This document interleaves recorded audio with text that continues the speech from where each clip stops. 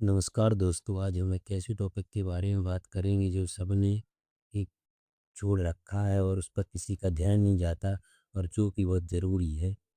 एक छोटा सा विषय है और उस पे इतना फ़ायदेमंद, इतना लाभकारी है कि हम सोच भी नहीं सकते। हम जब घर बनाते हैं तो हर हर कमरा उसमें रहता है, किचन रहती है, सोने का कमरा, बेडरूम रहता है और भी कमरे रहते हैं। लेकिन हम एक छोटी सी बात भूल जाते हैं कि हमारा स्टडी रूम, जिसमें हम अपन बच्चों को पढ़ने के लिए प्रेरित करें और खुद उसमें पढ़ें, उसमें थोड़े ऐसे क्या उसमें स्टडी रूम में टेबल कुर्सी और 8-10 बुक्स वो रखें, एक अलमारी बनाएं। तो इस छोटे से प्रयास से हम देखेंगे कि हम उस जब उस रूम में इंटर करेंगे तो हम देखेंगे कि इस रूम में हमारा पढ़ने का मन अपने आप होने लगेगा और हम इस चीज़ की ओर आकर्षित होते हैं तो हम उसको करने के लिए ज़रूर जाते हैं। तो अगर हम बुक्स को देखेंगे तो हम उसको पढ़ रहे उसकी ओर आकर्षित होंगे तो फिर हम जाएंगे और देखेंगे। जो हमने किताबें खरीदी है तो एक न एक दिन हम उनको पढ़ ही लेंगे। धीरे धीरे कभी हम एक पेज पढ़ेंगे, फिर कभी दो।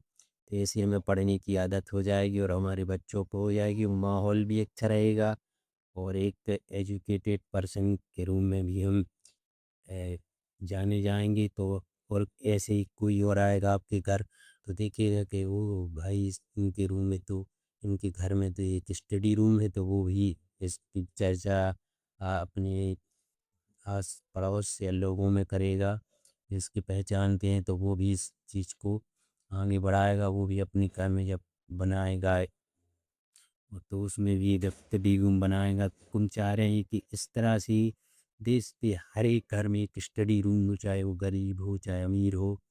वो लोगों को ये पहल करनी चाहिए कि एक स्टडी रूम बनाए जिसमें चाहे वो 10 फीट का हो या 5 फीट का, जितना हो सके हमको एक स्टडी रूम ज़रूर बनाना चाहिए। इसमें थोड़ी थोड़ी बहुत बुक्स का अरेंजमेंट कर लें। हम इतने पैसे तो रख सकते हैं कि हम कुछ प्रकार की इसमें पुस्तकें भी रख लें, कुछ नोट्स वगैरह भी रख लें और एक कुर्सी टेबल की इसमें अरेंज कर लें। और चीज़ों पे तो बहुत पैसा खर्च है, जो एक महत्वपूर्ण एक छोटी सी बात है उस पर हमारा ध्यान नहीं जाता।